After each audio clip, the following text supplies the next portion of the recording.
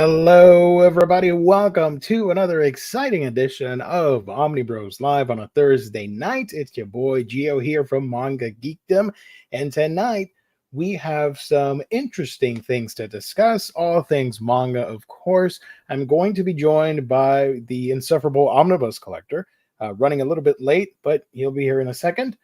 And yeah, we're gonna have some fun, of course, with all the people chatting live. I see everybody's in a frenzy because of a monkey in the thumbnail. I don't know what that's about. I guess we'll talk about it soon.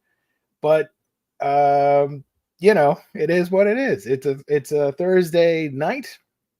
I am extremely tired, but I am gathering all the energy I have to do this stream. It's been a really long day, and I'm exhausted after doing many things in real life, work related, and all that.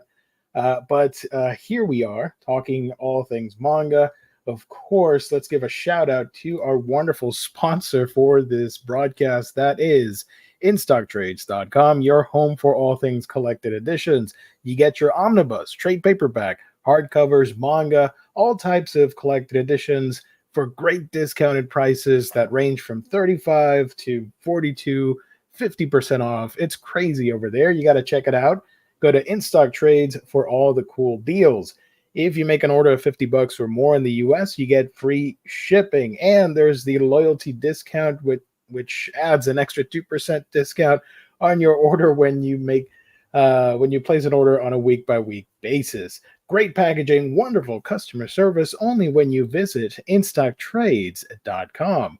And of course, let me remind you that at the once a month, I used to say at the end of the month, but we just gave a gift card, so it doesn't really matter. Once a month, we do a gift card giveaway valued at $50. Thanks once again to our sponsor, InStockTrades.com. Let me share the page here because there are some cool developments. Let's see over here. Let me move this screen. Perfect. Alrighty, so that's the main page for InStockTrades.com. Your deals of the week. You got that Captain America Grunwald Omnibus at 46% off with the two covers. The Fatale Compendium at 50% off. That, out of this batch of deals of the week, that's my go-to. I love Fatale. That's one of the few Brubaker books I own that I like, so I do recommend that. Parasite Color Collection hardcover, full color collection, I should say. That is the manga pick of the week, 45% off. You're not going to get that anywhere else. Seriously, $10, $11. That's insane. Good job, IST. And the Superman hardcover, of course, book one, standard hardcover, I should say, 50% off. Of course, all your new releases, all the manga and all that fun stuff. And of course, your top sellers. Secret Six climbing out of nowhere back to number one. That's awesome.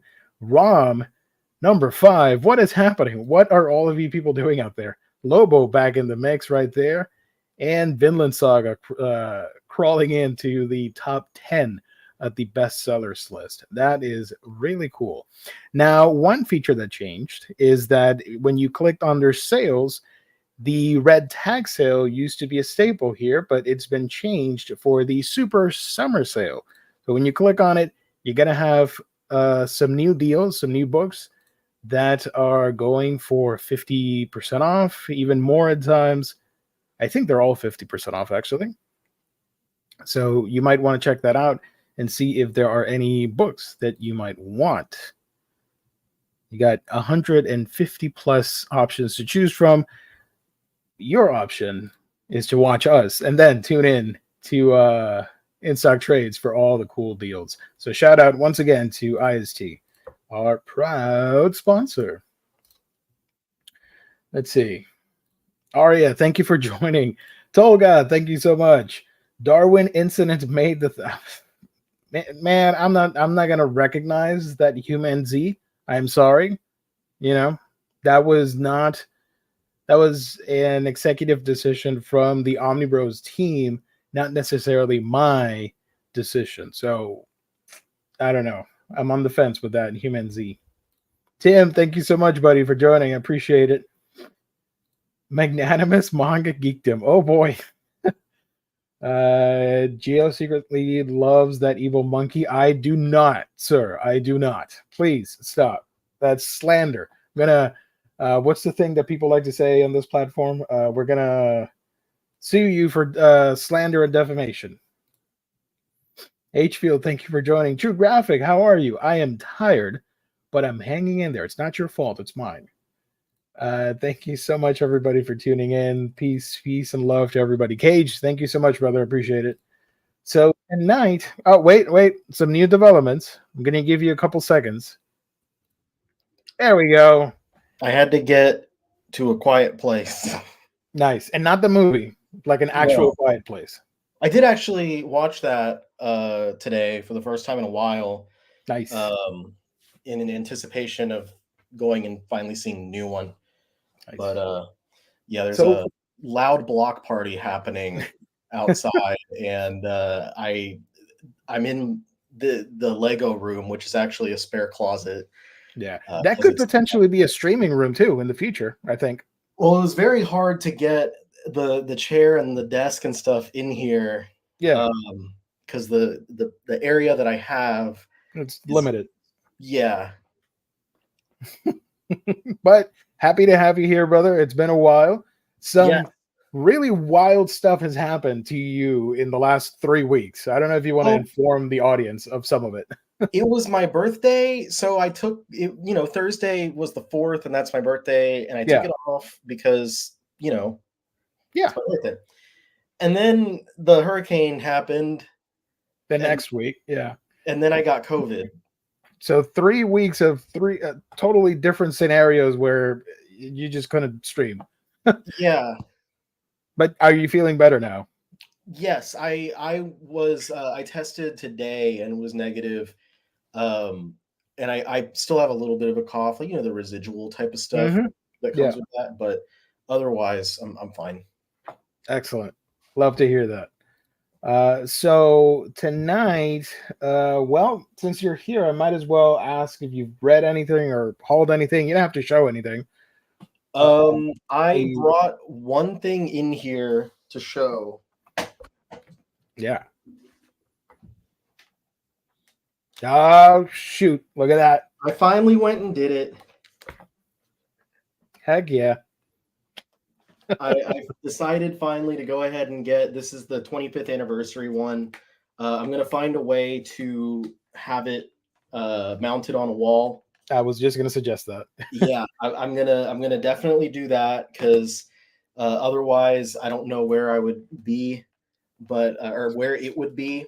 But yes, finally, after a long time of meaning to get one, wanting to get one, I finally got a classic dual disc for the original series. And I did see, before you might bring it up, and before you do, I did see the new Switch game that's going to have all the classic. I posted that on my Discord. Yep. I saw it on Twitter, and as soon as I did, I was going to post it in Discord as well for you. And then I saw that you had already gone and posted all kinds of details, and I was like, Gio's on top of it.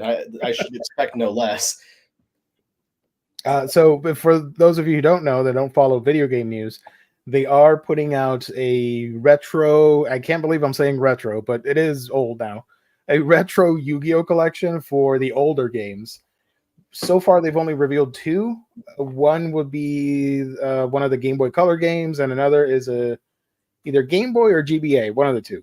And they said it would feature other classic games. So I'm thinking it's going to be like PS1 games and the rest of the Game Boy stuff. I don't know if they're going to go into the 3D era with PlayStation and GameCube. I doubt it because of the limitations. Plus, they might want to just keep it to like 8-bit, 16-bit, or whatever. And but that's coming out sometime soon in 2024. That'll be cool, because as far as my knowledge of how to play the card game goes, it kind of tops out after the original stuff. Yeah. They introduced so much ridiculous stuff going forward after that I'm like completely unfamiliar with. So it'll be cool to have. And I played a couple of those games. They're a lot of fun. So it'd be cool to be able to do that again. I played the PlayStation 1, which was Forbidden Duelist, I think it was. and I played a handful of the Game Boy ones, but not all of them. And maybe the GameCube one. I think one of my friends used to have it. I don't know. I played a couple of the ones on the Game Boy, Nice. but I don't think I did anything else. I had one of them, and I think I played another one. One of my friends growing up had one either on the PS2 or the Xbox, Yeah. something in that generation. Nice. But you know, a lot of people would buy the games to try and get all the cards because they always Oh came yeah. Yeah. some promos and stuff. That was one of the Mhm. cool things back in the day with the Shonen Jump magazine is that you would almost every issue came with some sort of extra item, and Yeah. often it would be trading cards. If it wasn't Yu-Gi-Oh, it would be like from other Naruto, Dragon Ball, One Piece. Because One Piece did have a TCG before the current TCG. It was Hmm. not popular though. uh, Beat Queenie saying that's some serious bad luck. Yeah, But now it's good luck because we're gonna turn it all around for this month. yeah. I think so too. Speaking of good luck, as long as it's not interrupting anything that you're doing, Gio, I those who might have been watching before, the saga of my eBay snafu has Oh finally. yeah, tell me about it. So, if anyone was not aware, um, like at the turn of the, or actually it was last month. I ordered. I don't remember exactly what day, but I ordered last month um, the X-Men arcade cabinet with the classic X-Men game. And I got the cabinet eventually. It did come in from Amazon, um, and it came with the riser, and it came with one of the stools, so you can sit in front Mhm. of it and play.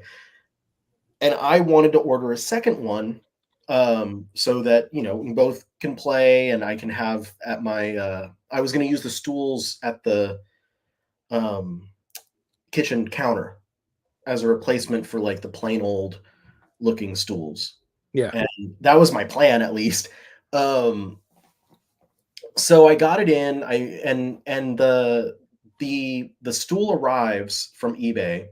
I bought a second one, and it was the one that comes with the thing has Cyclops on it. The second one has Wolverine and Storm, so it was really cool. I was excited, and I get it in. I get the notification, so I go outside to get the box, and there's not a box. It's just a tiny little plastic thing, and inside of it, I rip it open, and also it said it was from Walmart, which was another red flag. Inside was a little plush droid from Star Wars, and I was like, "What?" Yeah, that's exactly what I got.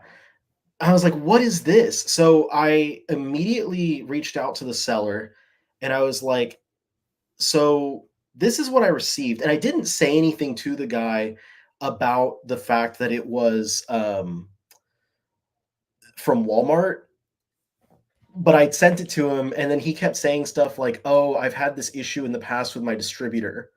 I'm like, yeah, your distributor, sure.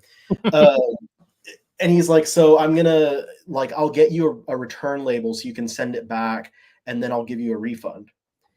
And so I'm like, "That's a stupid hassle. Like, I have to send back a small, like, 99-cent plush to get refunded 140 something dollars that I spent on that stool because the stool is out of whatever out of print is for non-book things, but it's not being Yeah. manufactured anymore. So it's Mhm. kind of it's a rare stool. I've never gotten into stools before, but it is a rare stool.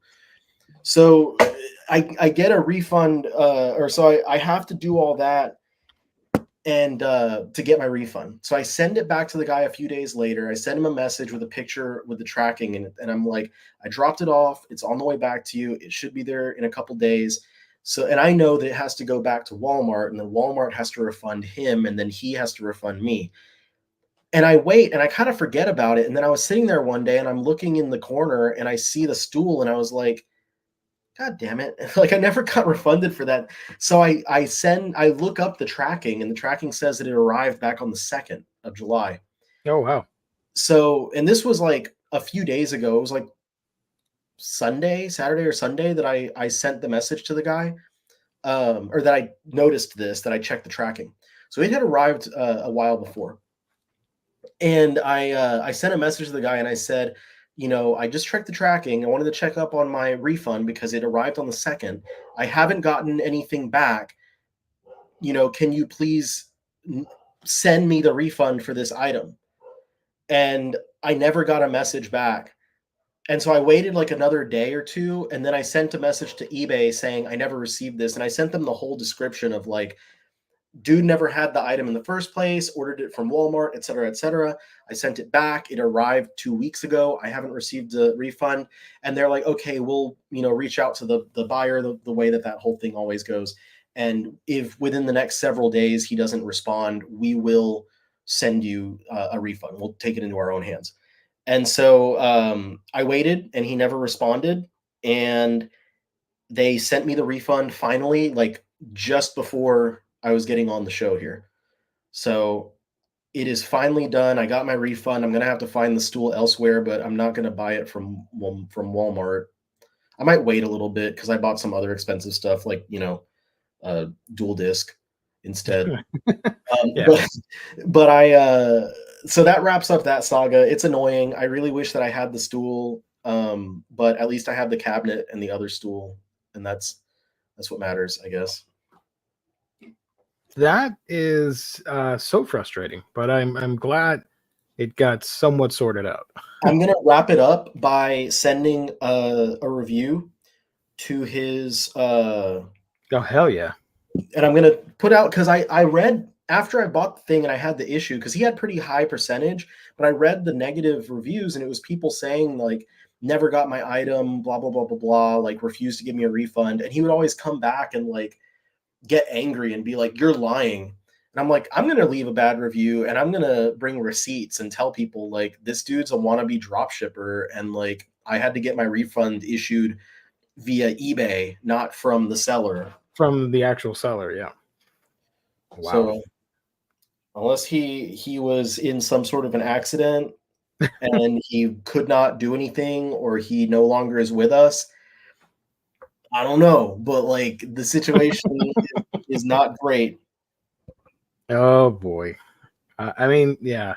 Plus the fact that he sent the Star Wars thing, it makes it stranger and funnier. Yeah. Tim mentioned earlier, Riley says loud blog party, and I hear an excuse to FOMO Geo with all of the Lego. I'm strong. I can withstand the FOMO, even though I like all the Lego stuff. It's just Yeah, I got so this one's been there for a while. That's the I remember that one. Yeah. And behind it is the Sanctum Sanctorum. Let me there we go. So there's the Sanctum. And then, the Lord of the Rings one. Yeah, so that's the Barad-dûr. That one is large as hell, but that's about to get not replaced, but on that shelf, it's going to be moved somewhere else. Because I got coming in now, and I mentioned it in your Discord, the Avengers Tower. And then over the shoulder over here, that right there is the Dungeons and Dragons set. I've got Optimus and Bumblebee as well as the Butthole Tiger up on the top there. Showing his butthole, love it. All the at the top up here is all my old Star Wars, like that I got when I was a kid. Nice. Here's our medieval village and my can of Mountain Dew for yes. That's the town square and that's the fountain. The dew actually is medieval town square was what the set was called that had nice buildings, and this is the Hocus Pocus house, but just being repurposed. This is a blacksmith house. They fit. They all look like they could take place in the same. Oh yeah, story. And then behind the blacksmith's house is Viking Village, and you can see in the back a couple of Indiana Jones sets. Nice. A little closer on that. The D&D. There's the Rivendell. And then the stuff on the other side is not as organized. There's some Batman stuff, and then like all the Sonic stuff is just shoved in there. And that's top tier. Bowser. Nice. And that's about it.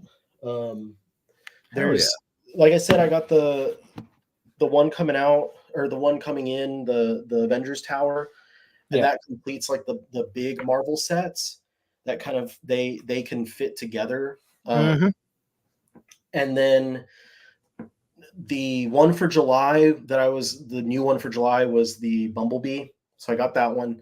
And then for August is Jaws. It's a diorama with the shark and the boat and everything. Awesome. And then in September is the Deku Tree, the Great Deku Tree. I was just going to ask, when was that coming out? Yeah, so we got a couple more months. And then I think November is the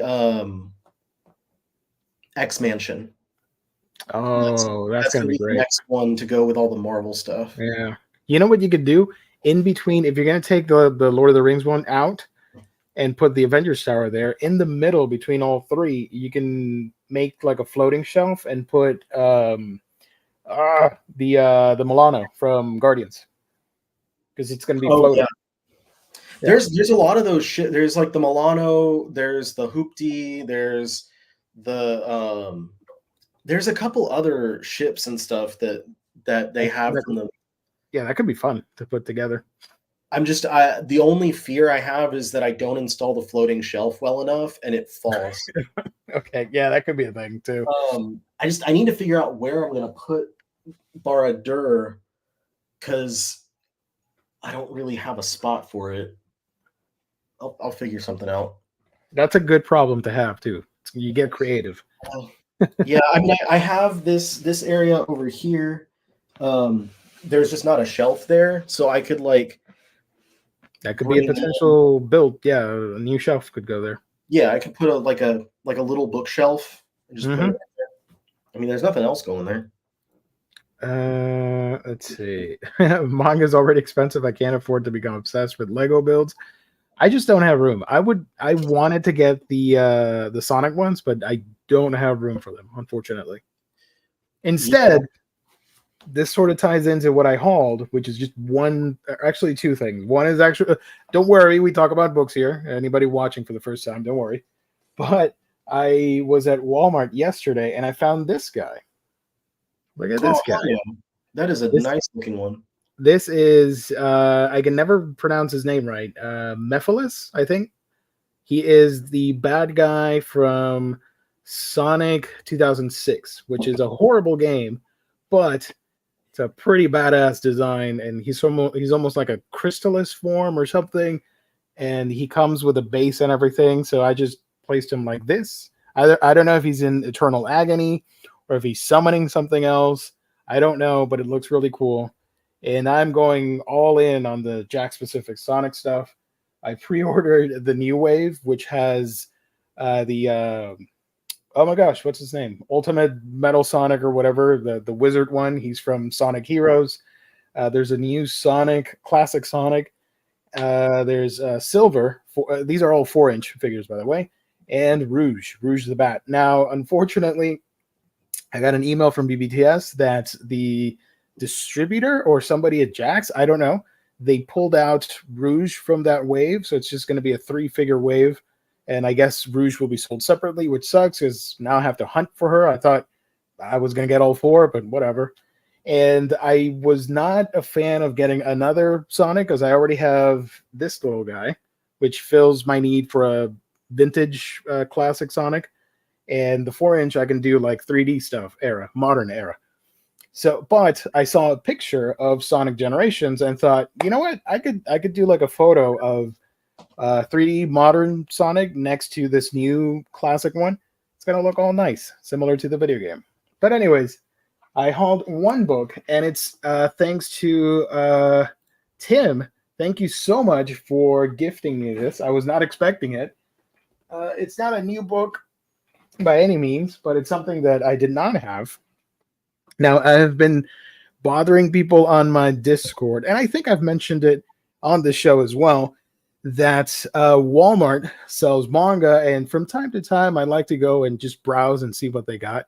And I think for like the past 3 to 4 months, nothing. It's been the same stuff time and time again. Like, I can tell you right now, Demon Slayer, One Piece, Chainsaw Man, Chojin X, solo leveling, stuff like that. Pretty basic, pretty standard Viz Media books and some other stuff. But they used to carry Dandadan books. That's how I picked up Volume 1. I wasn't going to collect it, but I saw Volume 1 and thought, yeah, I'll grab it. And then I thought, you know what? If I ever see Volume 2, I'll grab it from there instead of worrying about ordering online, blah, blah, blah. So it was not a serious thing. Excuse me. It was not a serious thing to collect the series. So the running joke on the Discord and then on these streams was that I could never find Volume 2. They just had a bunch of ones, those sold, and then 3, 4, 5. That's it. I've never seen anything else. 1 and 3 to 5.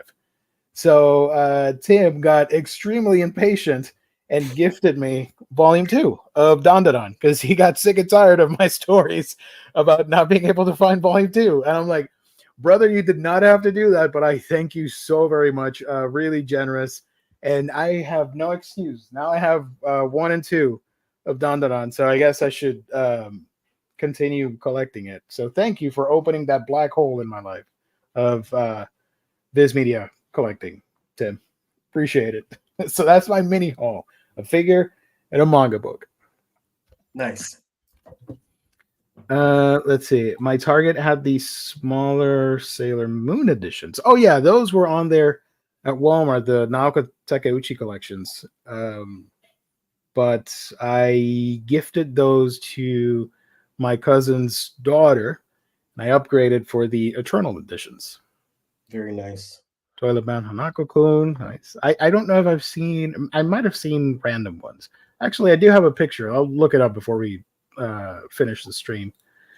No. To be fair, I've waited months for Gio to have Volume 2 in his possession. Yeah. It's been a long ass time. This is how I roll. I did haul some other stuff, but I'm like stuck in here. Yeah, no, I got it. But I thought I'd mention that I got a couple of classic anime Blu-ray because Gio always likes when I get some Blu-rays. I got the Gotcha Man set from Sentai. Ooh, nice. You bought from the sale or? Yes, because they had it on sale from 150 down to 50. Hell yeah. So I was like, I can swing that. So I only got that one.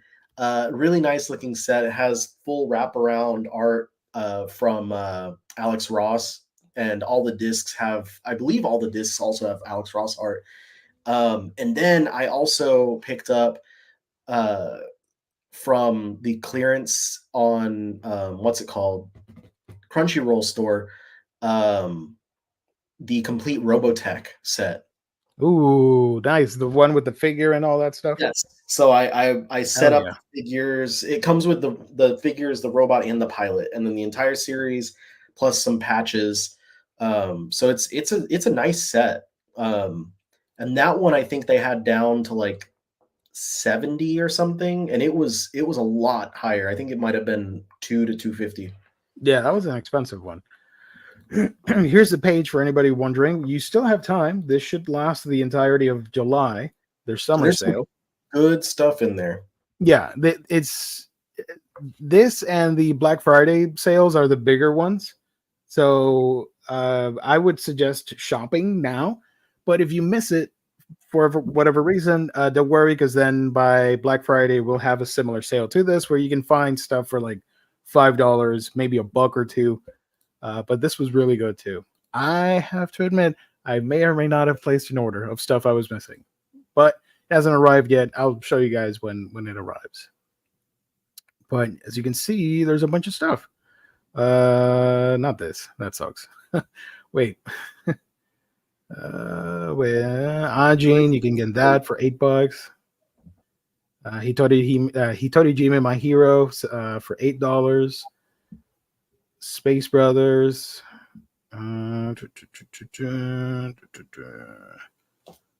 Umaru-chan, I highly recommend it. This is one of my favorite comedy shows. Food Wars. Look at that. Season 1, $10. Go grab it. 24 or I think it's 24 episodes there.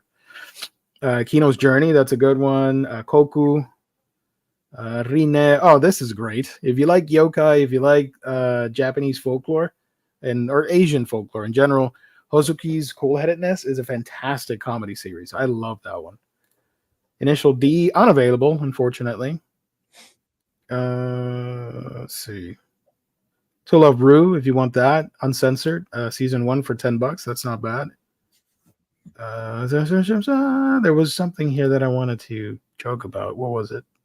Venus Wars, $10. The Princess Principal movies, those are fun. I think they have the show too somewhere. So yeah, Made in Abyss, that's a good one. It's out of stock. Sorry, shouldn't have mentioned it now.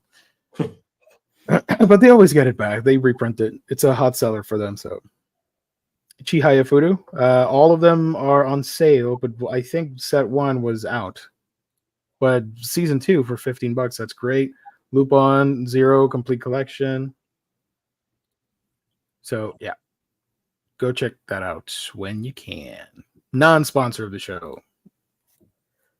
Mr. Tex, thank you for joining. Appreciate it. But every time we're looking at the new release Blu-rays and we see it's from Sentai, that's why we're always like, wait for one of the sales. Yeah. Because pretty much almost everything from Sentai winds up going on sale. Unless like you get like super lucky. Urusei Yatsura, for example, was going for cheaper than the sale right now. That was like a pre-order thing, so we jumped on it. But I'll wait for any of the Sentai stuff. Like I want Oshinoko from them. I'll wait. It's gonna be a long ass wait, but I'll wait. By the way, you mentioned the Lupin that's on sale from Sentai. I asked my friend who works there about the Lupin Cat's Eye ONA that was on Amazon. I was like, hey, y'all did a couple of Lupin things, and they were like, yeah, and I was like, what do you think about this one getting done? And I was like, is that something that like Amazon has the lock on or what? And they were like, I don't know, I can ask. Like, so they if they remember, the next time they have a licensor meeting, they're gonna bring up the Cat's Eye series. But we are having a discotheque event in early August, so we're only like 2 weeks away from probably at least one Lupin license anyway. That should be the end of it. Unfortunately, the last of the TV specials. Unfortunately, I think it was set 5 went out of print, and that won't be reprinted anytime soon from Discotheque. So that sucks. Which one? The set 5, the season 5 of the show, or series 5, I should say. Sorry. So they have that, and there was another Discotheque that I mentioned on my haul video. Oh, the Urusei Yatsura movies. I read somebody from Discotheque was replying to somebody on Twitter, and they mentioned that some of the movies that are out, they will be restocked. But movie 2, which is the really expensive one, it seems they lost the rights to that, so that won't be coming out anytime soon. They would have to repurchase that. At least not from them. Or from them, yeah. But who knows? Maybe someone else might have grabbed the rights. Yeah, I have the full show, and I have the OVA disc. I don't have any of the movies because I'm going to be missing one, and I'm petty like that, and I'm not going to do the thing and collect everything missing that. I don't know if I'll do it. We'll see. If they're on sale, I'll grab them, but not getting any of the movies for now. Let me just finish highlighting this. This is great too. Aura Dunbine, whatever, however you pronounce it. Ushu and Tora, I recommend that. That's fun. Surune is good. It's a sports archery anime. Dang it. This is my favorite isekai, Ascendance of a Bookworm. If it ever comes back in stock for $20, that's a steal. You get 2 seasons in one. Kakagurui, if you like gambling and suggestive expressions on people's faces, you can grab that. Season 2 as well. This thing, which nobody cared about, Onyx Equinox, that was a Mexican anime thing, Crunchyroll original. Young Blackjack, that's a good one. Waiting in the Summer, complete collection. I do recommend this. If you like stuff like Onegai Teacher, you're gonna dig Waiting in the Summer. That one was a lot of fun. Let's see. Dororo, that's a no-brainer right there. It's on back order, so you can still order that. I highly recommend it. Love it. Chihaya Furu season 3. You got Food War season 4. They got everything here. Vinland Saga season 1. Vinland Saga season 2 just got announced from Crunchyroll. So that's going to be awkward. When season 1 is Sentai and season 2 is Crunchy. Also, Somali and the Forest Spirit, $25. Recommend that. The Sayuki stuff is always good. My Master Has No Tail. I really enjoyed this one. It was funny, insightful, and cute all at the same time. Oh, excuse me. Your boy Kongming. That's another great one. The second season of Made in Abyss, or the third one, if you count the movie, is phenomenal. I've not read the manga, but I really enjoyed the story arc. Golden City of the Scorching Sun. That was really good. Insomniacs After School. The manga is coming out from Biz. That's a good one to get. Executioner and Her Way of Life is also good. That's one of the better isekai ones. Do not get this. It's not that good. Call of the Night for $32. Hell yeah, that's one of my favorite vampire manga. Reincarnated as a Sword is good too. This one is super ecchi. Do not get it, or maybe get it. You know, I'm not a boss. I'm not your boss. You do what you want. Farming Life in Another World is surprisingly wholesome. I really enjoyed this one. And let's go forward a little bit. Got some Lupin Part 6. 8. And the special edition boxes. Is this the one you got? Gatchaman Complete Collection? You got that. Everybody's favorite Rent a Girlfriend Season 1 premium box set. Not bad for $70. Urusei Yatsura Seasons 1 and 2, or just Season 1. We should have one more set of this, and that will complete the David Production reboot. Umaru-chan R and Vinland Saga. Damn, $98. What the hell? It has like a whole a book, like a big book in there. Damn. What a bunch of stuff. Poster, art cards. I guess the value here is the book, not this, not the art cards and stuff. And how many? That'd be like 26 minutes or so, or 26 episodes or so, or is it longer? 24 episodes. Okay. Season 1 covered the first 4 books, if I remember correctly, and then season 2 covered up to volume 7, I think. So that is the Sentai stuff. And again, they have like super deals. Let me go back real quick to finish this off. Doorbusters. Here's week 3. This isn't that big of a deal. Akiba Maid War. This is how much you can get it for at Amazon. So this is not a huge sale. I mean, from going through everything else, as y'all could see, like there's a lot of like $10, less than $10. Yeah. Like a couple years ago, there was a lot of crazy stuff. Like that's why I built up a lot of my anime collection, because I just sat there with the Sentai sale.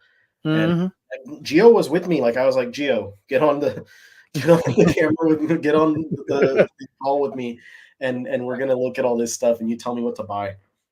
Heck yeah. Let's see. Mr. Tex, has there been a Black Lagoon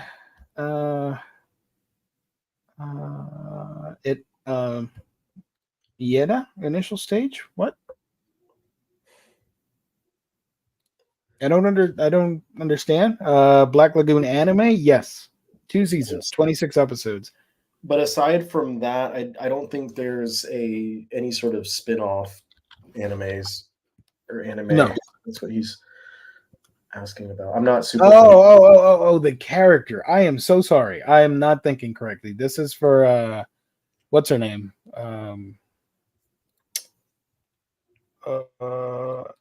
Yeah, no, I know what you mean. The nun. That's the nun character, right? No, nothing from that. Just the two 26 episodes or 24 episodes. I don't know. Season 1 and 2.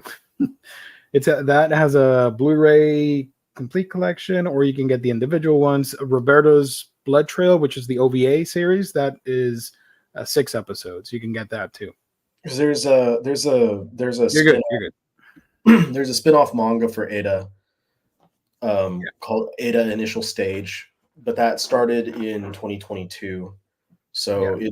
it doesn't. It's only got 4 volumes. Maybe after it wraps, if I mean the series has been pretty popular, so I feel like they could do the spin-off. I hope so. Just ordered Record of Ragnarok, Volume 11. Nice. They need to bring it back because the manga came back and has been publishing again.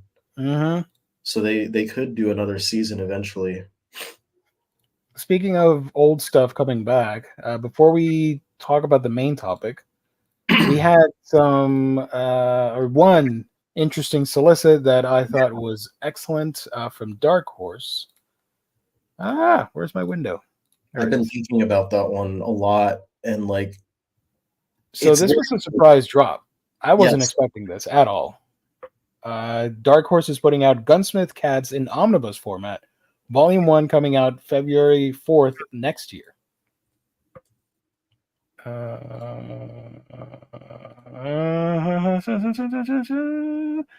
Omnibus Volume 1 introduces supporting characters. There we go. So, yeah, what are your thoughts on this one? real quick because it they don't say anywhere that it's a 3-in-1 or anything like that. Because I think the original series was 8 volumes, so it doesn't split evenly. So I don't think that they've split it evenly into 3-in-1s. I just looked up the Gunsmith Cats revised edition that Dark Horse published back several years ago, back in 2015, and that was a 2-in-1. They did 4 of those, and that first one has 464 pages, whereas this one I think was listed with 600 something pages. So it's roughly a 3-in-1. It is also oversized. So it's going to be the same dimensions as like the Oh My Goddess omnibus line, as well as the Innocent omnibus line, just using some of their books as examples. Yeah. And it is also a new translation. They've gone through and updated the translation and everything, which is always cool because Gunsmith Cats was the first print of it. I believe is one of their earlier, like from the 90s that they published originally. So it's been a little while, and it's cool to see new updated translations on these older things. But what got me really excited is because it's continuing the trend that we've been seeing from Dark Horse in recent months and years, where they're revisiting some of their older licenses and Mm-hmm. bringing old things back into print, which gets really exciting because they have a pretty wide catalog. I actually have a list of everything that they've published, and they have a pretty nice catalog of stuff that that they've never or that they haven't gotten back into print for a long time. And I feel like this is opening the door, like, with any publisher, the way these things work, like they put something out there and they gauge from the success of this thing what else they can put out there, what else will make money. But doing stuff like this, it makes me feel like they've had a lot of success with all of their uh, revived titles and like bringing back things from the 90s and from the early 2000s. So I'm excited for it and what it could bring for the future of Dark Horse Publishing, because there are so many other titles like that I would love to see, and not only them bringing things back, but also them going back to lines like the Oh My Goddess Omnis, the Kurosagi Corpse Delivery Service Omnis, and republishing and starting those up again, so that because those were like orphaned lines, I guess, Yeah. that they stopped and then they just didn't, and now they're continuing those. So it's like, fingers crossed that they'll go back and open up the door for other titles that stopped. Like I know a lot of people um, are looking at or always hope for Eden is Eden. It's an endless world to come back because they were just a few volumes away from finishing it. So That'd be a good one. Yeah. MPD Psycho is another one. MPD Psycho, they only did 10 or something volumes. So there are some things they could go back and play with again. Yeah. Did they have some stuff that was published in like the singles, right? And they were never collected in Tankobon? I don't know about that, but they had a magazine. Because that would be fun to revisit those in new Yeah, edition. yeah. What was their magazine, like Manga Burst or something? Animes or something. Hold on, let me. Or you can check that out. Unless someone. Josh says, "I know everyone wants a deluxe. These new omnibus paperbacks are just as good and cheaper." I'm good either way. I'm not opposed to collecting. I will collect this. I love Gunsmith Cats, the adaptation, so I'm looking forward to owning the original. Tolga have all their anime. Hell yeah. So no news on Oh My God is Omnibus. They haven't announced a new one, so No, they. But to be fair, it hasn't been too long. yeah. The thing with one of the interesting things with Dark Horse is they've had kind of a tumultuous few years as a company, as a publisher, because they keep being bought and sold, and it happened again.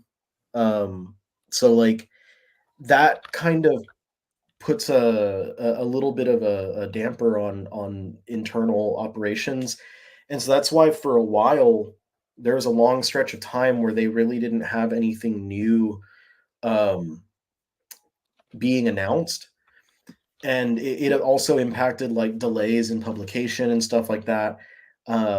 So that the recent additional sale of the company might kind of put some delays on some things, and also try to understand things from the publishing side of it. um, you can look at other things, like they had to delay the Trigun hardcovers for a while. It's a Mm-hmm. very small operation that they work with. Like I know for the most part, it's just two guys, Carl and Mike. Is it the two guys do most of the work at the publisher, aside from like translators and stuff like that. And so that can really impact how quickly things can come out. And so like they had to push Trigun quite a bit. And I think Trigun getting pushed, that means that they put a lot of focus on that and didn't Yeah. focus in other places. You couldn't keep all the plates spinning, is what I'm trying to say. This was the magazine, by the way. Super Manga Blast. Yes. What did I say? Burst? I was close. Close. uh yeah, so it'd be fun to revisit these magazines to see if any of these never got a full volume release, collected edition, and maybe they could look to put them out in oversized format. Who knows? Obviously, I would have to study if it's actually going to sell well. They're not just going to blindly put everything out in omnibus format, but there's some material in here to check out. Look at that. What's Michael? I did not know he showed up in the magazine. That's awesome. Or manga Garfield, basically. So yeah, there we go. Shout out to Super Manga Blast. Alrighty, now the main topic at hand is the American Manga Awards. I talked about or when the news first broke out, I talked about how the categories. Sorry, I was blanking on the info.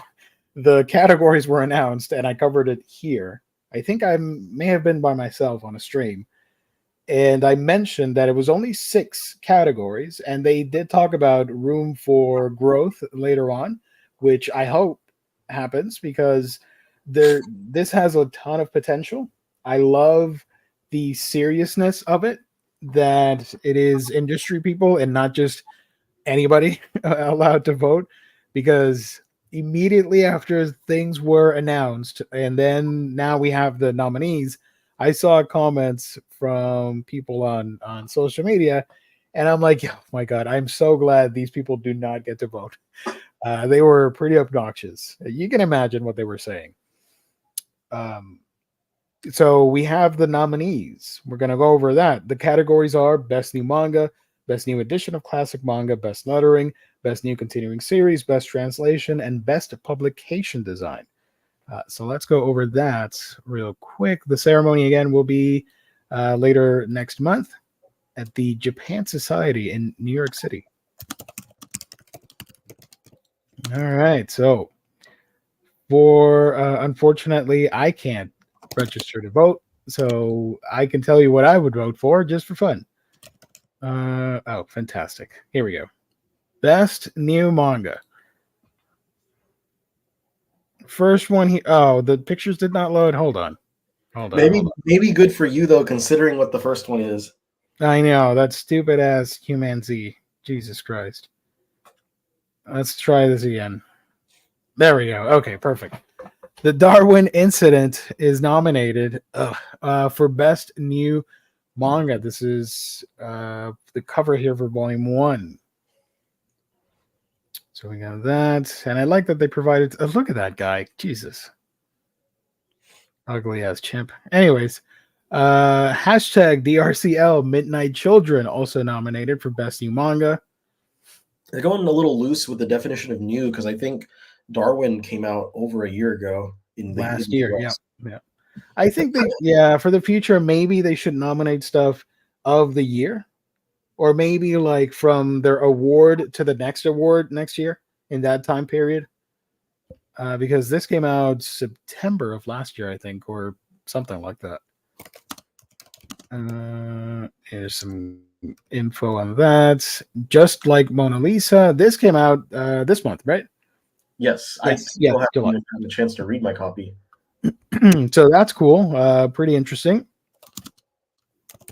And you get some of the pages here with the fact that it has the 2 colors. That's cool. Mothers also got nominated. I wanted to pick this up and then I forgot. I'm terrible like that. Really cool for Glacier Bay to have a nom in there. I hope that helps with them.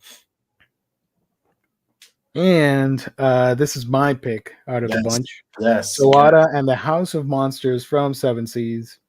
Hell yeah, let's go. That's my pick of the week. Or pick of the week, sorry. That's my pick for new manga on this category. Volume 3 just came out. Yes, I think this. So out of these, what do you think out of the nominees here for best new manga? I would also pick Sawara because it is such a breath of fresh air amongst the choices. But I also I haven't read Mona Lisa, and I don't know if biased is the right word against. That was really good. I did like Dirkle.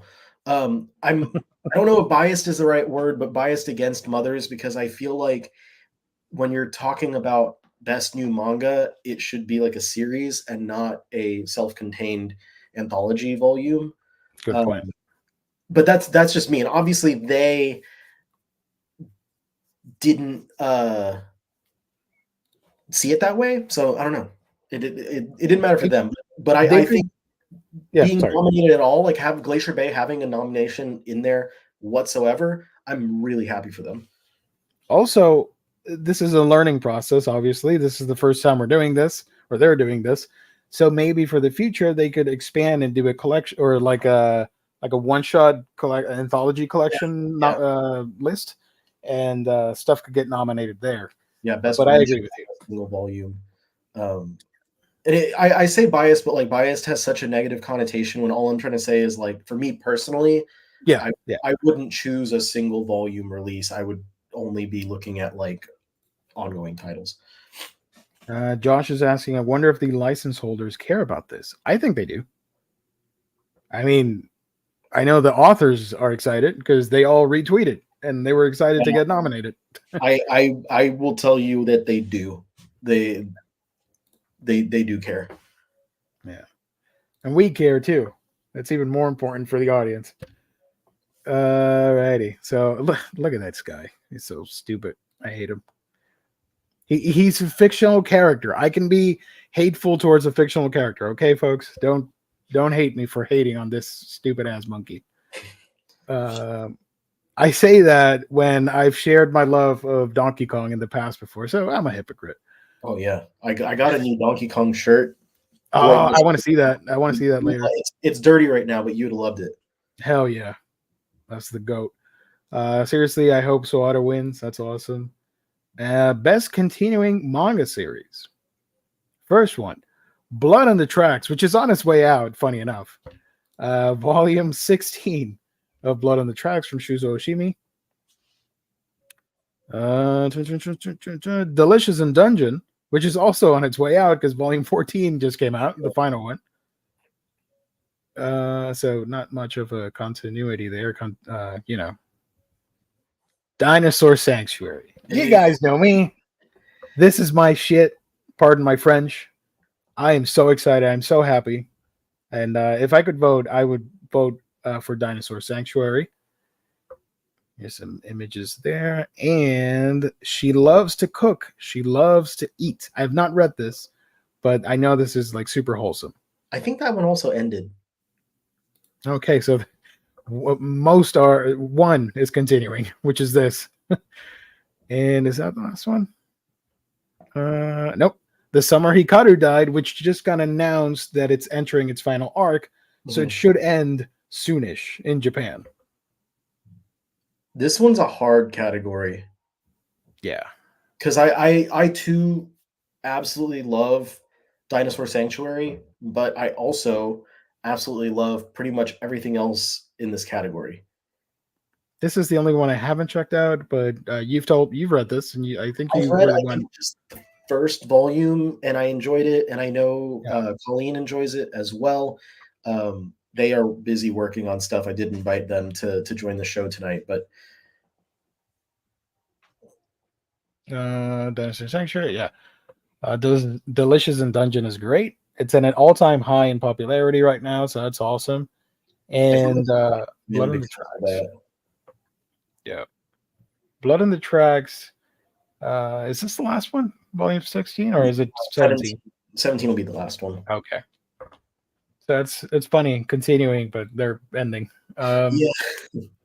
I think I guess like with Blood on the Tracks, and I'm just thinking from the perspective of the publishers who sent in the nominations, they're choosing ones that like are strong cases to win because they've been running for a while. Yeah. And it's like I think Yen would have been dumb to not nominate Delicious in Dungeon. They got 2 in there. No, they got 3. Because She Loves to Cook, She Loves to Eat, and Hikaru are also Yen Press. Yeah. So they're nominating. They're probably going to take that one. And if I was to bet, I would say it's going to be Delicious in Dungeon, just because this year that series just took everyone by storm. Let's see. Best new edition of classic manga. I love this category. Yeah. Minami's Lover. No. Which I have not.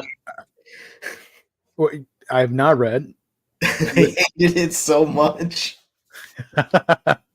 This is by Fantagraphics. There we go. Fantagraphics. Right there. My Name is Shingo at Viz Media with Umez. Yes. I have the second one on the shelf right now. I need to read it. Nice. Neighborhood Story, also from Viz. Yazawa. That was a pretty good one. It didn't blow me away. Have not read this one yet. Okinawa, I think it's one of the stronger ones to win. From Fantagraphics. Pretty good release. And the one I want to win, hell yes, UFO Mushroom Invasion from Living the Line / Smudge. I still need to get one. Have you gotten that one? No, this comes out soon. But I've read all about it, and I've seen many illustrations from this, and I cannot wait to own this. Um, Come on, it's UFOs, and it's like uh, matango type Yeah, mushrooms. Let's go. Wait, was it matango? Did I say that right? yeah, you got it. Okay, there we go. So out of all this, they're fun nominees, but I would go for UFO mushroom invasion. That's my pick. Uh, keep going up. Oh, I oh, yeah. oh, oh, oh, oh. mm, Okinawa, neighborhood story. I do Shingo. Shingo. I Shingo. Yeah, I not only like I love the story, I love the design, I love everything about the that book itself. And I know the first volume was like stupidly overpriced, but it's because they're using the same price for every volume in the series, and volume two is like twice the thickness. Yeah. And Minami's lover. For mature audiences only. That's another thing about this list. They did not shy away from the mature stuff, which we're going to get to in a minute, which I commend them for doing that, but also found it hilarious because not everybody was Yeah, expecting that. yeah, I think I know what you're talking about. Yeah. Let's see. Best translation. Stephen Paul for Akane Banashi. Right there. John Neal for Bochi the Rock. Let's go. Nice. Some Bochi. Oh, and I like how they put the two side by side so you can compare. Here's the English translation and how it looks from the Japanese. I mean, if you can read kanji, then you might be like, "Oh, yeah, that's a good translation." I don't, so whatever. I just think it looks cool. Here's Bochi, the original, or sorry, the English version and the original. This I have not read. David Evelyn for Doll Kata. I I know believe nothing about this. I believe it's digital only. J Novel Club. Yeah, you're right. And here's the Japanese page. We got Kevin Steinbeck for Isak. I don't know if Which that's how you pronounce it, but that's I Kodansha. I believe that is also a digital only, unless it's getting physical soon. But with those two, if either of those actually wins, I think we'll wind up seeing physical. Yeah. I do want to point out that Spud Boy said, I'd buy UFO Mushroom Invasion based on the title alone. It's a horror manga from way back, I think late 70s, early 80s. And it's literally just an invasion of mushroom type aliens. And it's very like B horror, but in a good way. So I do recommend it. If you like that stuff, you'll be right at home with it. And I think if you pre-order from their website, you get a free sticker with a Hmm. mushroom alien, which is really cool. I want to see if I can get that sticker. I don't know what I'm going to do with it, but whatever. Next up is Stephen Kohler, Witch Hat Atelier, also from Kodansha. Also an Eisner winner. This is a heavy favorite. I think that has a good chance of taking it. And it has an anime coming out Yeah, soon, which looks gorgeous too. yeah. I only read one volume of this series, but I loved it. So if I were an industry people dude person, I would vote for which one? Akane Banashi. That would be my pick. I think Tim has a good point about Akane Banashi that could point towards it taking the win. But I think that it's probably going to be between this and Witch Hat. Witch Hat just being because it's been such a favorite series for the past like several years, and now that it's getting an anime, it's getting even more attention built up. Mm-hmm. Also, I love Bochi, and the comedy aspect to it is pretty genius at times. I prefer the anime over the manga, but don't count Bochi out from this race. Just saying. Okay. Next category is best lettering. Now this is some fun stuff. All right, let's go. Let's offend some people out there. The first one, Phil Christie for Search and Destroy, which comes out next week.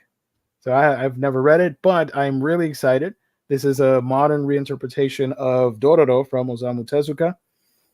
Fantagraphics is putting this out, and I can't wait to get it. Looks awesome.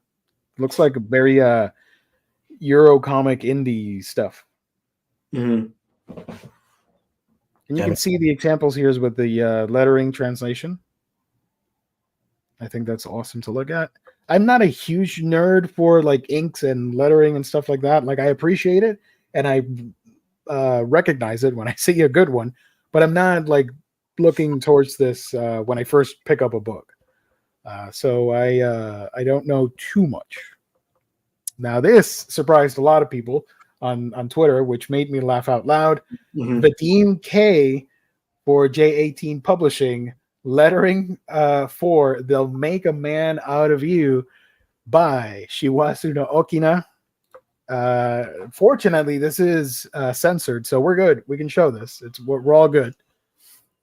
So this is an adult manga, Edo Dojin, and you can see the translation. Even the image here is censored, so we're good. Everything's a-okay. And you can see the examples here with the kanji and stuff. Can you go up above the picture real quick? It has little quotes, judge's comments, a ton of really well designed sound effects. And then Tom went, yes. I will be a super professional and say that I think Shiwazu no Okina is one of the more talented Edo Dojin artists out there. You don't have to read the stuff, but if you look at the images, if that's okay with you, not safe for work, obviously. I think that's one of the better H manga people out there, in my opinion. So that's cool. Shout out to J18, I guess, for putting this out and getting nominated. Yeah, funny that they did, but Faku didn't. Faku didn't do one. Oh, that's weird. Yeah, you would think. Faku has a special edition of Metamorphosis coming out, which is like one of the most well-known hentai titles ever. Yeah, that I saw. I follow all the publishers, and I saw people retweeting that they got the book and stuff, and then Faku retweeted. I'm like, man, okay, that's a weird one to own, but you guys do you. I would not want to own that, but shout out. Also from they're the same company basically. Vast is linked to J18. Rebecca Zay, I mispronounced that. I apologize, Rebecca. Lettering for Tokyo Interstellar Immigration Volume 3. I want to read this. It looks fantastic. This is safe for work, by the way. And I never picked it up. It's I think it's because of the price. These are pricey books to get. But you can look at the action here. It's a pretty balls to the wall sci-fi action series. The original. Also nominated Tomoko Saito for Blade of the Immortal Deluxe Edition Volume 10 from Dark Horse. I think this is a strong contender to win. Blade of the Immortal. But, there's one more. Sorry. Liz Blakesley for Witch Hat Atelier. Also a strong contender.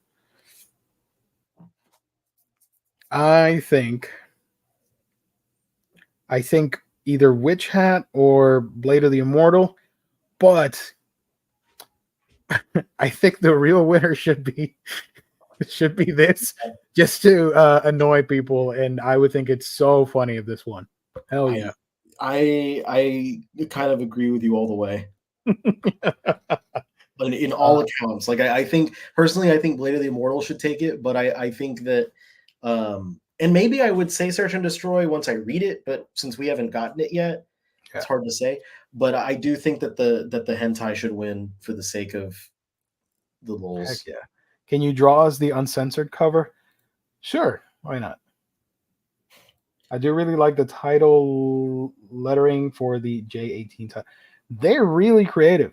I follow these guys, and they post some naughty stuff on Twitter, but the titles and the fonts and the from a graphic design point of view, they put out some really interesting stuff. Holy crap. Also, that one, the Vast Visual is that is J18. So they have two. Yeah, no, yeah, they're linked up with J18. That's They awesome. they are like, it's like Denpa and Faku, Vast Visual and J18. Yeah. Uncensored cover has a lot of personality. Yes, two huge personalities in the cover right there. Blade of the Immortal. Yeah, we covered this. Okay. Next up, I think this is the last one. Best publication design, which is great because Eisner's. Did the Eisner's? Yeah, they do this. They put out like best looking book. There's a category for that. I appreciate that because we're all collectors and we love a good looking book on the shelf and on our hands and stuff. So why not? Publication design is a crucial element for manga as it is often the first thing that catches the eye. That's also very true. I fall into FOMO because of that. Phil, I don't want to say this incorrectly. Phil Balsman, is that how you read that? Sorry, Phil. Sorry, Phil. Phil must have gotten a ton of jokes back in the day for his last name. Initial D Omnibus from Kodansha. I'll tell you now, this is my pick. I love the Initial D Omnis. They look fantastic. Whether it's this cover or the DMs or whatever, they look phenomenal. Look at that. It's so sexy. Hell yeah. It's sleek. And you got that bright orangey color. The second one has a really bright blue one. Third is green, I think, right? Or black. One of the two. I'm not sure. Here's some covers. Look at that. They look so good together. You know what I pre-ordered? Side note from Ami. They have the Trueno model kit, a new one for pre-order, and I'm gonna get that. I just want to get a Trueno. Or a live or the real thing. That would be awesome. I would get that too. Hell yeah. Like I the last time I found one, it was in Tennessee and it was about $20,000. Hey, I don't have 20,000 with me right now, but Nope. Man, I could have stopped buying things and probably had enough money now, but yeah. Nikki Lim for cover design and Karis Page for lettering and interior design. My lesbian experience with loneliness, special edition, which also won a Harvey Award for best manga. That's cool. Hell yeah, let's go. Is that Adam Grano? My name is Shingo. Viz Media, Kazuo Mez. We have volume 1 and 2 there. Oh, look, I do like the spines on these Shingo books. Nikki Lim and Sandy Grayson for box set design for the Orange Complete box set. That is a nice box set. Shout out to 7Cs for putting this one out. I had this manga and I traded it away. I should have kept it, but I wanted. This is non-related to the show. I do apologize, but I wanted a GBA, a Game Boy Advance SP.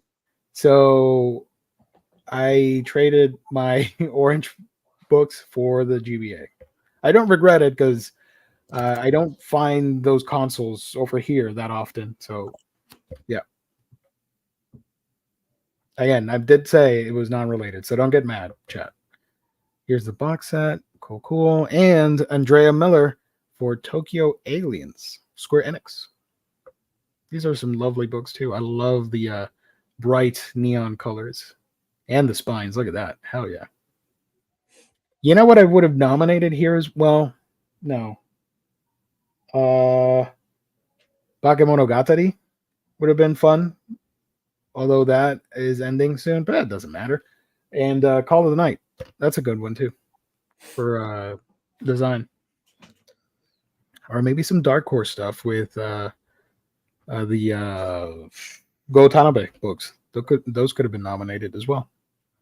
I So think out of this, I'm going with Initial D. That's my pick. I'm going with Shingo,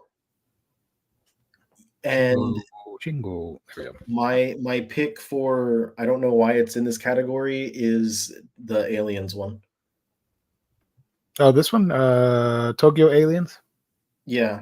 Like it looks okay, but like in comparison to how great everything else looks, and also I am definitely biased against this one because I read like 3 volumes and I was just like, I don't, what is this?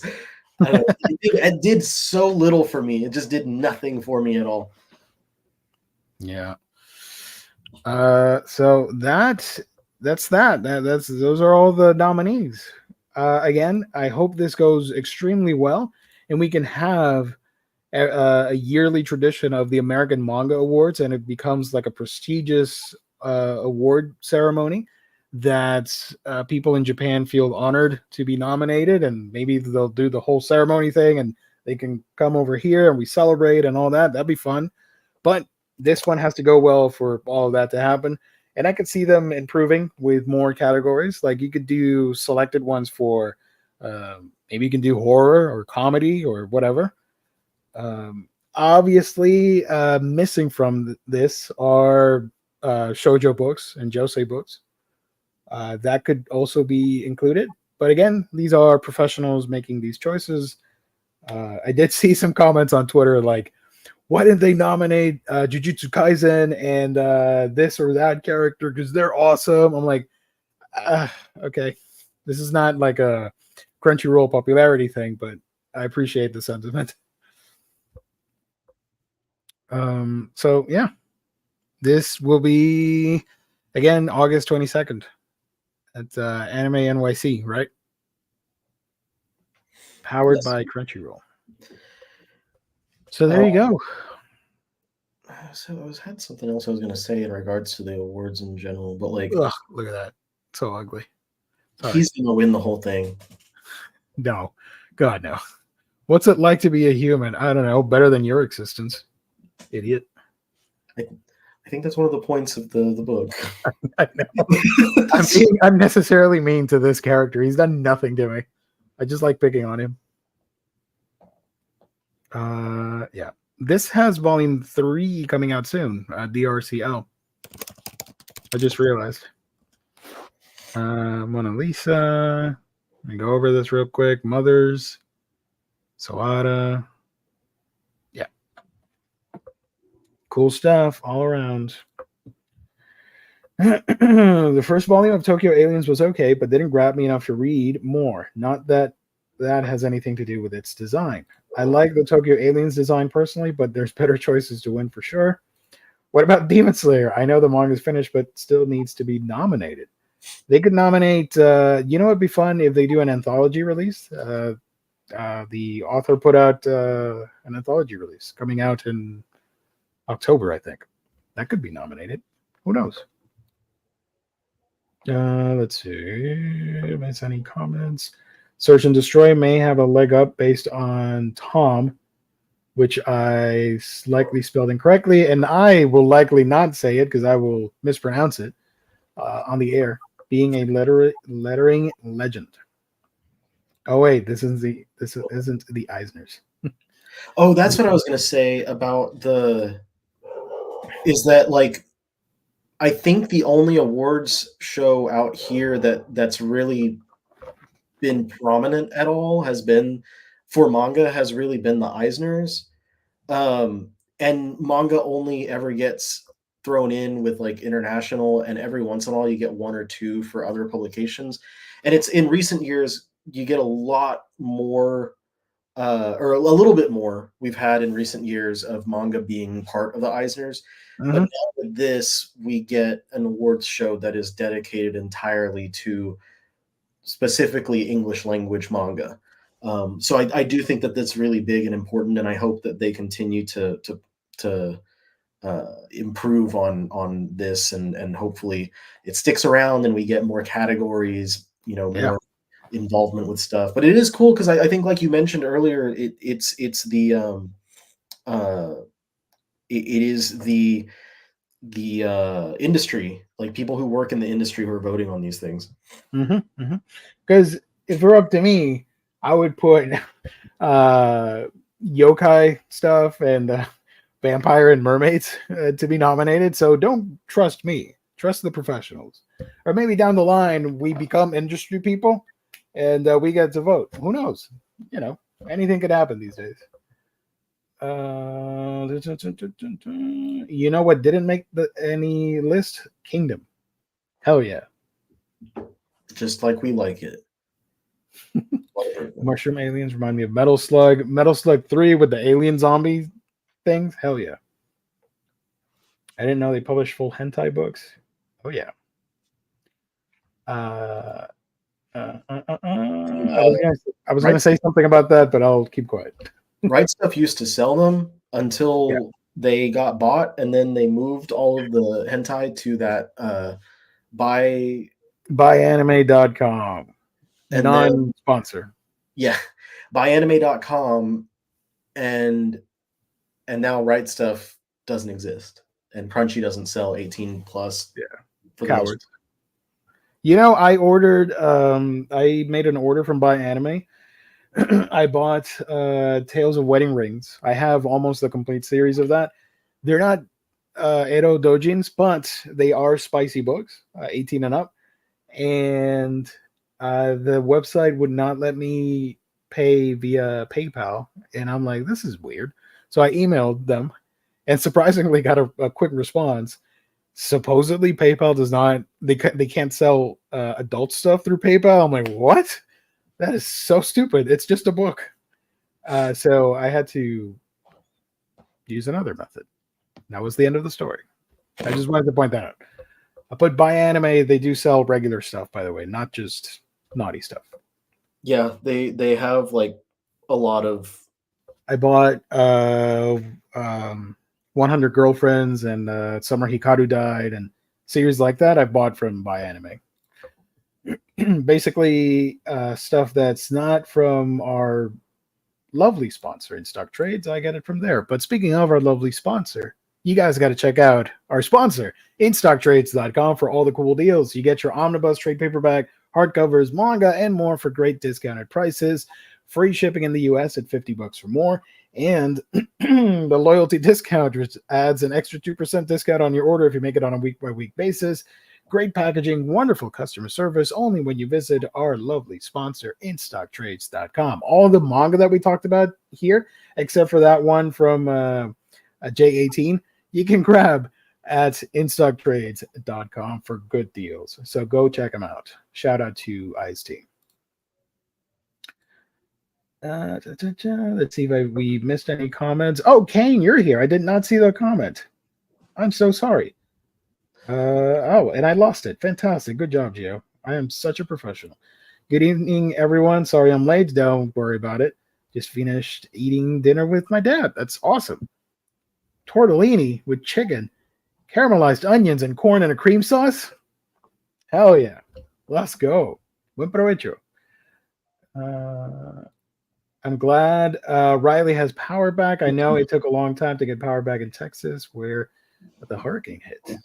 We lost it on Monday with the storm, and my family has a group chat which is going off again right now because it's continually an issue in the city. But we lost it and got it back on Friday in the morning. Yeah. And it's been good since then, but there was a thunderstorm Friday and that had us shaking in our boots. And then today it started raining again. And every time it starts thundering and raining, I'm just like, you better not. Like you better quit it. But I know like my parents got theirs back like immediately. I don't even know if they lost it, but they lost the internet. So my sister and her family were staying at my parents' house because she didn't have power until Monday. So I got mine back a few days earlier. And my grandmother was staying with my aunt and uncle, and they got theirs back, but then they lost it again. Oh my god. But he had a generator. So Okay. she was over there because they had a generator and a window AC unit that they could use. So they were fine. And now my uncle, that is, he is texting us about how they still have power, but their AC unit, not the window unit, but the main unit, basically exploded. So now Whoa. they have Huh. power, but no air conditioning. Oh my god. And this is, One thing after the other. this is Texas heat, and it's been, I don't know the exact in Celsius, but like Fahrenheit, it's been um, over the 90s, into the maybe into the hundreds. It was actually cool. It was like 86, 87 the other day, but it's been pretty hot, so it's not fun. But hurricane damage for the most part, going around the city the days after, it was just branches, and that's the problem, is you get branches that fall on power lines and knock people's power out. And there were so many like people in the greater Houston area and Yeah. around Texas that lost power, that they had to shuttle in people from other states and other cities into the Houston area to start working to fix the power. But there are so many people in areas that still don't have power now, that were like being violent towards the Centerpoint Energy employees as they come through in their trucks. Like, they were Oh, wow. apparently like throwing things at them, cursing at them, like threatening them and stuff like that. And they're like, dude, we are here to help you. Like, we're doing the best. We literally brought in fleets of people to do this as quickly as we possibly can. And it's Hmm. hard. And it made it harder because, as I mentioned before, there were more like storms that followed, like unrelated storms, and they Hmm. can't do that work when it's still storming. Yeah. So it's been such a mess. And my response, I said, was, you'd think that we, being a city that, like a major metroplex that has almost every year, we have at least one storm that knocks out a lot of the city's power. You would think that we'd have some sort of thing together to kind of prevent a preventative plan. I don't know, like, instead of having Hmm. a reactionary to it every time. Yeah. But I'm I don't work in city planning or like engineering or any of that stuff, so maybe that's not something that's possible. I don't know. No, that's wild. People need to calm down. I know it's heated. I've been in that scenario with no power all my life. Being in the Caribbean, you're exposed to that. That's a fact. It may not happen this year, but it may happen the next one, or however long it takes. It will eventually happen. So you gotta keep patient, and things will sort themselves out. My biggest concern is for the people who are less knowledgeable about things in general, because a lot of people, it's like back a few years ago when I was in Dallas, um, we had that big freeze, and Hmm. Texas is Yeah. definitely not prepared for a freeze. And in Dallas more so, because it's northern Texas and they get snow a lot more than Houston does. But people in Houston, because of the freeze, were like sitting with their car on, and I know this is something that a lot of people are like, are they fucking idiots? But like, a lot of people just don't know you can't sit with your Yeah. car on in the garage. Like, that's legitimately you're going to die. That's And a so, quick way to meet your maker. Like, damn. exactly. And what I've been concerned about is people doing that as a method of getting cool, or Yeah. like charging your phone, just sitting in the car. And I'm like, please, for the love of all that's good and holy, do that outside of your garage. Like, do not do that with the garage closed. Please don't die because you're trying to Uh, like get a little bit of air conditioning. Josh, why do you have to do that? I didn't say that. I just said I hated that human Z. I didn't say apes. It was a half ape, half ape. Okay, well, I hate half apes then.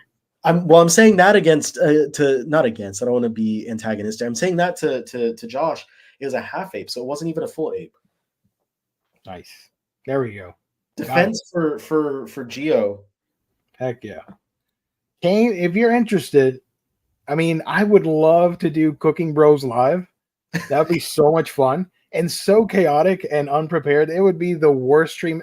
If you think the Pop Tarts episode or the Mad Libs for Omni Bros lore were terrible, imagine if we do a cooking show, cooking live and talking about nonsense. That would be amazing. I would love to do that just once. Even if the ratings dip, it'll be worth it. But I may have to end up building a food section on my Discord. If I did not, you were a chef. I did not know you were a chef. Home cook. I know, but still, that sounds awesome. Send me some of those dishes. Let's see. Scrolling through. We got the remnants of the hurricane here in the MO. Heavy rains for 3 days, not on the Texas. Stay strong, Texas. Nothing like Texas. Gio, you do have a live stream channel now? I know. I will try and do a stream on it if you guys want to follow me there. It's Manga Geekdom Live. I'm going to try and do something this weekend, like a test run. I did that on my channel recently. I'm going to do that again, but for that. So if you're interested, just subscribe over there or check out my channel. Thank you, James, for the link. There's no content up right now, but you can still check it out and subscribe. Manga Geekdom Live. That's where I plan to live stream from now on my channel. And you can also follow my main channel, Manga Geekdom, where I talk about manga. I just put out a haul video if you're interested to look at that stuff. And that's all I got. Social media, I only do Twitter and Discord. That's it. You can find me there. Anywhere, or maybe Instagram for cool pictures. That's it. If you want to chat with me, Discord and Twitter. Yes, I am a home cook. Nice. A lot of experimenting. A lot of watching Food Network's cookbook reading and YouTube videos. Hell yeah. Kane, do you have a favorite? Now I'm interested before we end the show. Do you have a favorite food manga since you're a food aficionado and home cook? Fighting Food-Ons. Was that a manga? That was a cartoon, right? Or an anime? There was the Iron... What's the one that's like Iron... There is Iron Walk Jansen. There we go, that one. Iron Walk Food Wars, nice. But I just remember fighting Food-Ons. You need to read, Kane. I read it. I finished the damn thing. It ended. Set It and Forget It. It's silly. It's nothing too serious. It's this corporate girl, and she's on her own for the first time in an apartment in Japan, and she buys a rice cooker, and she realizes she's a foodie, and she realizes that she can pretty much cook anything she will ever need through the rice cooker, and it's hilarious the way it's represented when she takes a bite of something and she goes off on how amazing and the umami and all this stuff, and the representation of her, pardon my French, the foodgasm, if you will, is pretty awesome, and it's like full colored splash page, while the rest of the manga is in black and white. And every chapter is just her doing different recipes, and at the end of the chapter, they give you the actual recipe. So it'd be cool if you want to check that out.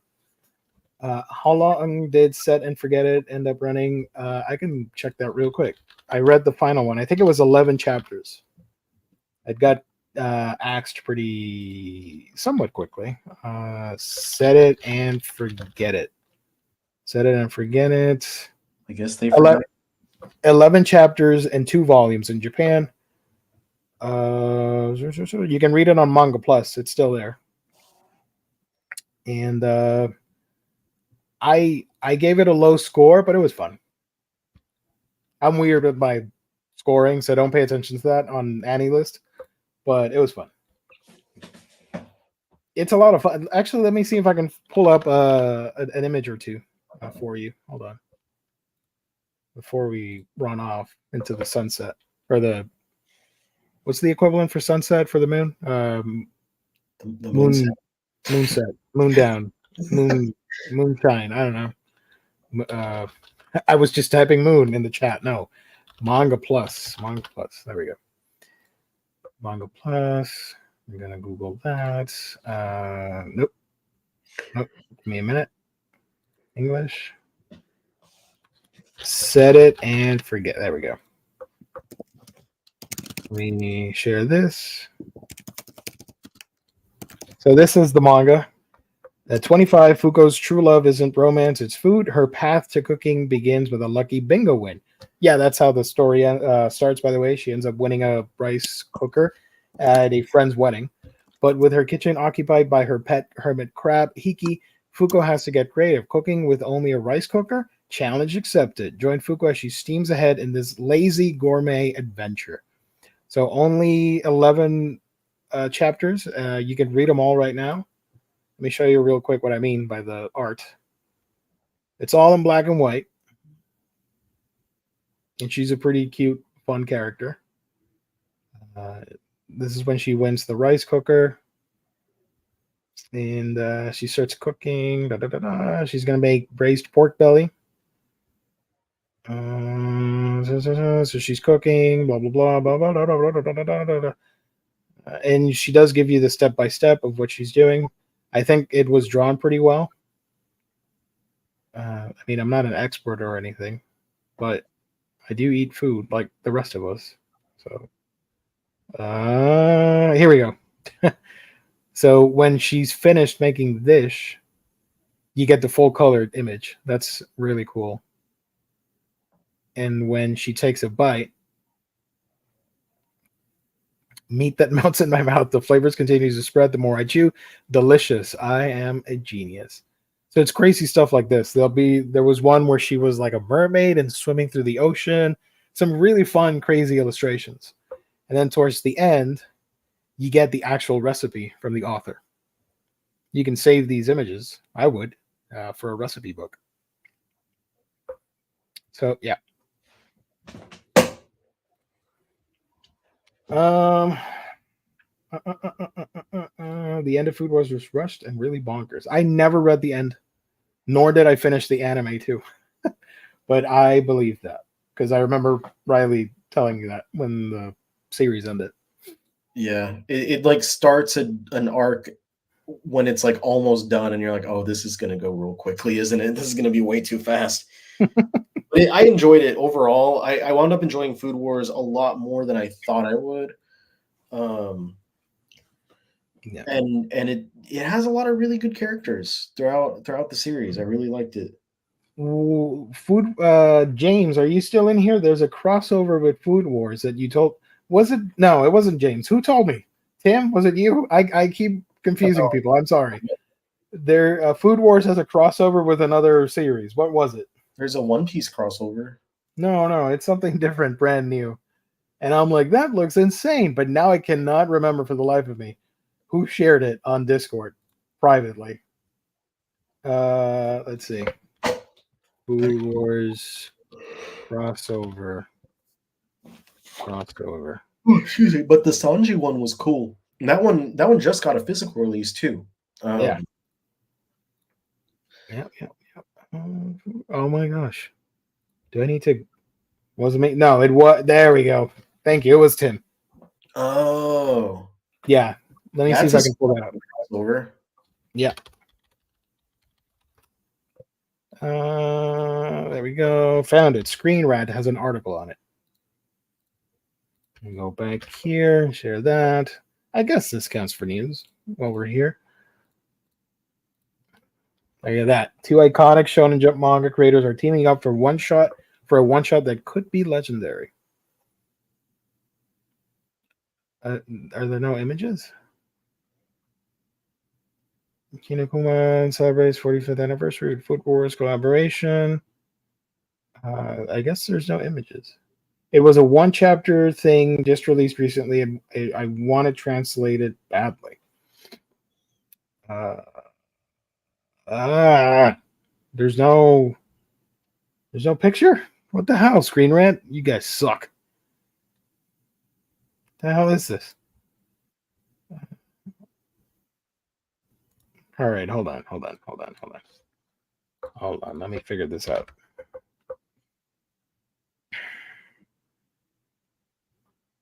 No. What the hell? Anyways, you guys can Google it. Still, I think this is one of the wackier collabs to iconic franchises. So that should be fun. Hopefully, that gets published sometime in the future. So shout out. Season 1 of Food Wars still the best. Fight me. I'm not gonna fight you. I did watch season 1 of Food Wars and enjoyed it, and I think I watched season 2, and that was it. I think season 7 was the best one. Season 7. There you go. Yeah. The Sanji book was great, and I don't read One Piece. I can't read at all, and I thought it was good. Oh yeah, there's this crossover too. This is messed up. All right, we can end it with this topic before a couple minutes here. What are your thoughts on this? You shared it on OmniRose on our chat, and then James shared it on Discord. There's a supposed collaboration happening. Teenage Mutant Ninja Turtles and Naruto. I'm curious what the creative team is. That's the only thing I want to know. I think that it's a fun crossover, but supposedly it's going to be announced for San Diego Comic-Con. I am sure it is. Where do I go? I have many tabs open. Sorry, folks. I'm not a professional. There we go. Can I open this? Come on, work. Hey, there we go. Let me share the image real quick from Twitter. Look at that. Holy moly. Discussing Film tweeted about it, and this has 1 million views. That's insane. A Teenage Mutant Ninja Turtles Naruto comic will be released in October, supposedly, for the part of the IDW 25th anniversary. And this cover is done by Jorge Jimenez, which looks fantastic. I really captures the spirit of both characters or both franchises. Super fun idea for crossover. I think that it's bound to be interesting at the very least, but I have a lot of questions about creative team, both artist and writer. Is it a one shot? Is it a limited series? I know it's not going to be ongoing, but one of those two. But it's cool. Like we've had some different series getting a little bit of like Japan America crossover, like Marvel's the Ultraman stuff for a little while. Man, yeah. Attack on Titan.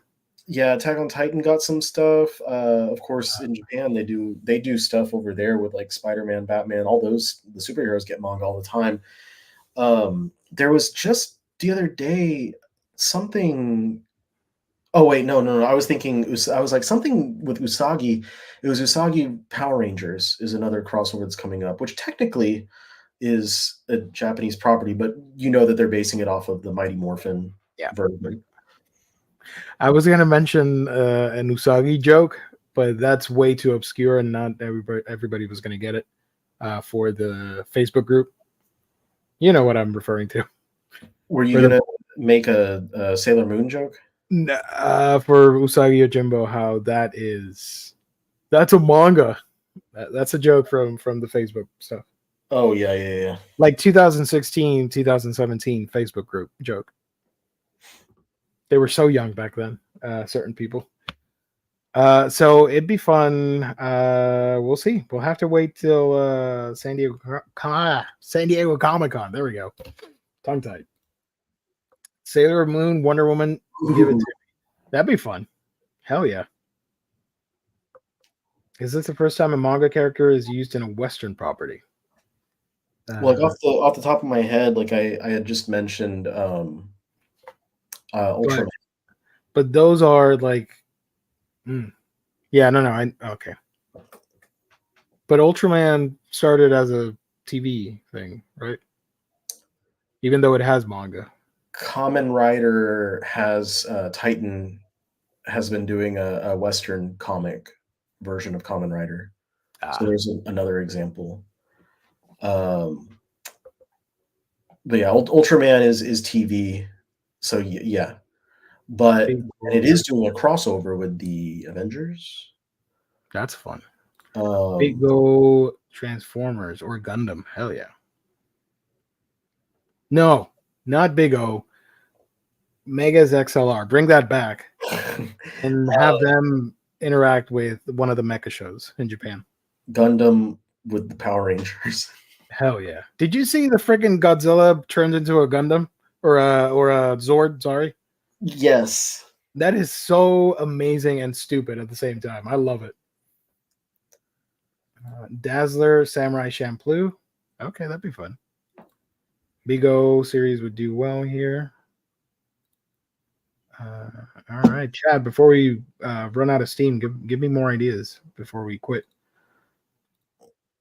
Insufferable Omnibus Collector. Where can people find you on the internet when you're not here with us, goofing and gaffing?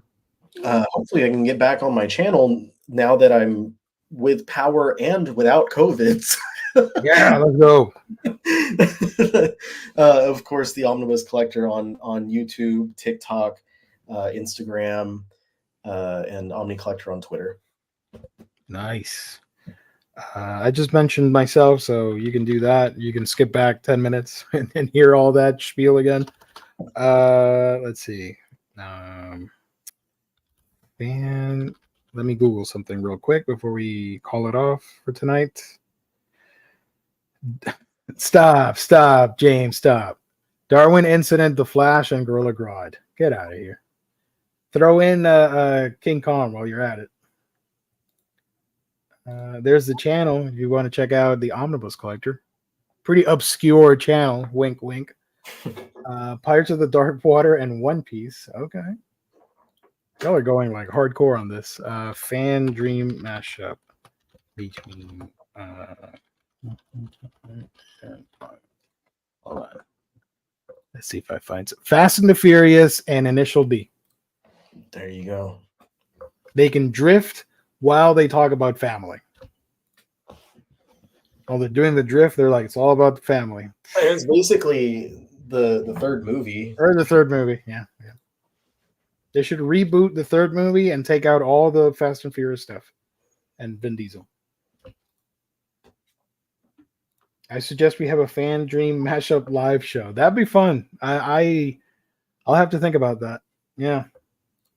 Magic from X-Men? Yeah, Magic and Witch Hunter Robin. That's fun. They made it called. I know. You know what I mean. Just take out the Fast and Furious nonsense. Just make it do it again. I don't care about that stuff. Vampire Hunter D and Buffy. I'd be rooting for the Vampire Hunter D characters. Not a Buffy fan. Sorry. Sacrilegious. I know. I'm sorry. Witch Hunter Robin and Constantine for the American exceptionalism out there.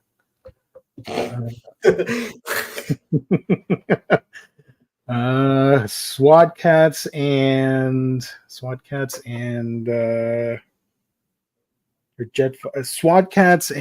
Beastars, because they're both anthropomorphic animals. Let's see. If there are no more suggestions, we can call off our stream, end it. Thank you, everybody. Once again, you guys are awesome. We love every single one of you. We'll be back on Monday for Hall's Previews Reads, and then Wednesday for a comic and Q&A discussion, comic books and all that stuff. And then next week, we got some news, some solicits, and I read some new titles that are out that I haven't had a chance to talk about on the show, so we'll go over that. Some new Shonen Jump releases as well. Ghost in the Shell and any of the Marvel books. Okay. Outlaw Star and Firefly. Hell yeah. This is great. Have an amazing night, everyone, and see you all next time. There we go. On that good note, we can end it. Thank you, chat. Thank you, IST. Thank you to everybody watching later. Please hit the like button. Subscribe if you haven't. If you're watching for the first time, we'd appreciate it. All that fun stuff. You know what to do. Detective Chimp and Odd Taxi. Hell yeah, that's a good one. All right. See y'all. All right, we're out of here. Good night, everybody. Have a great weekend. See you on the next one. Thanks for watching. Bye.